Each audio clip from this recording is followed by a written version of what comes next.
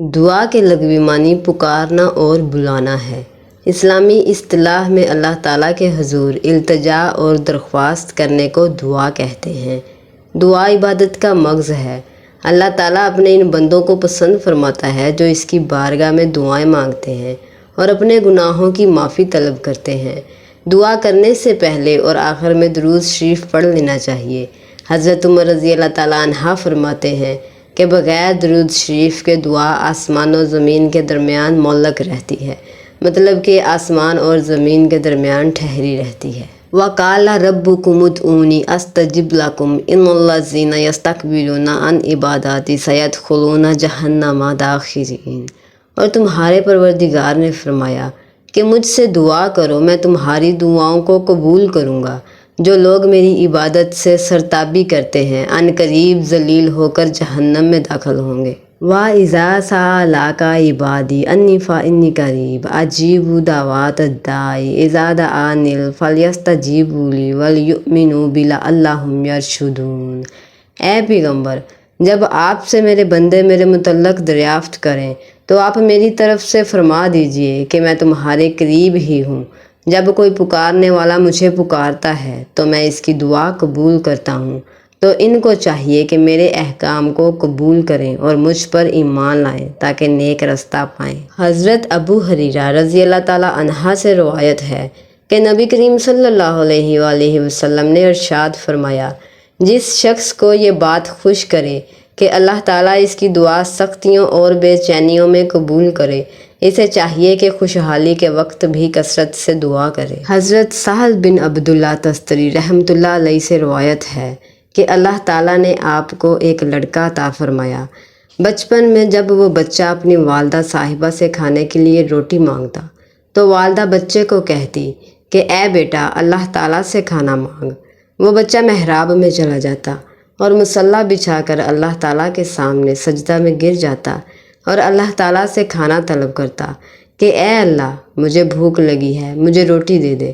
جب بچہ سجدے کی حالت میں ہوتا تو والدہ چپکے سے کھانا اس بچے کے پاس رکھ دیتی اور بچے کو بالکل خبر نہیں ہوتی تھی کہ یہ والدہ نے کھانا رکھا ہے، حتیٰ کہ اس بچے کی عادت اللہ تعالیٰ سے مانگنے کی ہو گئی۔ ایک دن یہ بچہ جب مدرسے سے واپس آیا تو اس کی والدہ گھر پر موجود نہ تھی۔ اس بچے کو سخت بھوک لگی ہوئی تھی، اس لیے اس بچے نے حسب معمول کتابوں کا بستہ ایک طرف رکھا اور مصلی پر اللہ تعالیٰ کے سامنے سربا سجود ہو گیا اور اللہ تعالیٰ سے کھانا طلب کرنے لگا۔ تھوڑی دیر کے بعد جب بچے نے سر سجدے سے اٹھایا تو مختلف اقسام کے کھانوں کا خوان قریب پڑا تھا۔ والدہ جب گھر آئیں اور بچے کو طرح طرح کے کھانے کھاتے ہوئے دیکھ کر حیران رہ گئیں۔ بچے سے پوچھا، بیٹا یہ کھانا کہاں سے آیا ہے؟ بچے نے جواب دیا، امی جان یہ وہاں سے آیا ہے جہاں سے روزانہ آتا ہے۔ ماشاءاللہ، سبحان اللہ۔ حضرت امام جعفر صادق رضی اللہ تعالیٰ عنہ فرمایا کرتے تھے کہ انسان کو صرف اللہ تعالیٰ کے سامنے ہی ہاتھ پھیلانا چاہیے، کیونکہ انسان دوسرے انسان کو کچھ نہیں دے سکتا۔ ایک مرتبہ آپ اللہ اللہ کا ورد کرتے ہوئے تنہا کہیں جا رہے تھے کہ راستے میں ایک شخص بھی اللہ اللہ کا ورد کرتے ہوئے آپ کے ساتھ شریک سفر ہو گیا۔ دوران سفر حضرت امام جعفر صادق رضی اللہ تعالیٰ عنہ کے منہ سے اچانک نکلا، اے اللہ میرے پاس کوئی مناسب پوشاک نہیں ہے۔ ابھی آپ کے یہ الفاظ مکمل بھی نہ ہوئے تھے کہ غیب سے ایک انتہائی قیمتی اور خوبصورت لباس آپ کو عطا ہو گیا۔ آپ نے وہ لباس پہن لیا، مگر دوسرا شخص جو اللہ اللہ کا ورد کرتے ہوئے آپ کے ساتھ شریک سفر ہو گیا تھا، اس نے کہا کہ میں بھی تو اللہ کا ورد کرتا جا رہا ہوں مگر مجھے کچھ بھی نہیں ملا۔ امام جعفر صادق رضی اللہ تعالیٰ عنہ نے اپنا پرانا لباس اتار کر اسے عنایت کر دیا۔ اس شخص نے کہا، یہ کیا بات ہوئی کہ ہم دونوں اللہ کا ورد کرتے ہوئے جا رہے ہیں، آپ کو نیا لباس مل گیا ہے مگر آپ مجھے پرانا لباس دے رہے ہیں۔ اس پر امام جعفر صادق رضی اللہ تعالیٰ عنہ مسکرائے اور فرمایا کہ میں نے اللہ تعالیٰ سے شکوہ کیا تھا اور تو نے مجھ سے شکوہ کیا ہے، لہٰذا یہ بات اچھی طرح ذہن نشین کر لے کہ اللہ تعالیٰ کی عطا اور بندے کے دین میں بڑا فرق ہوتا ہے۔ وہ شخص شرمندہ ہوا اور اپنے دل میں عہد کیا کہ آئندہ وہ ہر شے کی طلب کے لیے صرف اپنے پروردگار کے سامنے ہی ہاتھ پھیلائے گا۔ حضرت ابراہیم خواص رحمۃ اللہ علیہ فرماتے ہیں کہ ایک مرتبہ میں اکیلا جنگل میں سفر کر رہا تھا کہ میرے ساتھ ایک عیسائی پادری شریک سفر ہو گیا۔ ہم نے 7 روز تک بھوکے پیاسے سفر جاری رکھا۔ عیسائی پادری کا شدید پیاس سے برا حال ہو گیا اور مجھے کہا کہ اے ابراہیم، تیرے پاس جو کچھ اللہ تعالیٰ کی عطا کردہ قوت ہے اسے ظاہر کر، کیونکہ پیاس کی وجہ سے میرے اندر کی طاقت ختم ہو چکی ہے۔ میں نے اللہ تعالیٰ کے حضور سجدہ ریز ہو کر دعا مانگی کہ اے میرے پروردگار، مجھے اس کافر کے سامنے رسوا نہ کر۔ جب میں نے سجدے سے سر اٹھایا تو دیکھا کہ ایک تھال پڑا ہوا ہے جس میں 2 گلاس پانی اور 2 روٹی رکھی ہوئی ہیں۔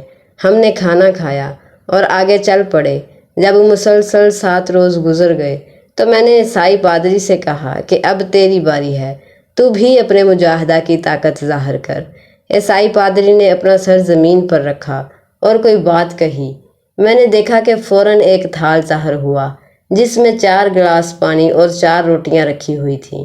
میں یہ دیکھ کر حیران و پریشان ہو گیا۔ اس نے کہا، کھانا کھاؤ۔ میں نے انکار کر دیا۔ میں اس معاملہ کو کرامت نہیں کہہ سکتا تھا، کیونکہ کرامت کافر سے ظاہر نہیں ہو سکتی۔ اس نے مجھ سے کہا کہ میں آپ کو 2 خوشخبریاں سناتا ہوں۔ پہلی یہ کہ میں مسلمان ہو چکا ہوں، اور دوسری یہ کہ آپ اللہ تعالیٰ کے دوست ہیں۔ عیسائی پادری نے کہا کہ جب میں نے تیری شرم کے مارے اپنے سر کو زمین پر رکھا تو اللہ تعالیٰ سے کہا، اے اللہ، اگر محمد صلی اللہ علیہ وآلہ وسلم کا دین سچا اور پسندیدہ ہے تو مجھے تو 2 روٹی اور 2 گلاس پانی دے دے، اور اگر حضرت ابراہیم خواص تیرے ولی ہیں تو مجھے مزید 2 گلاس پانی اور 2 روٹیاں عطا کر۔ جب میں نے سر اٹھایا تو یہ تھال حاضر تھا۔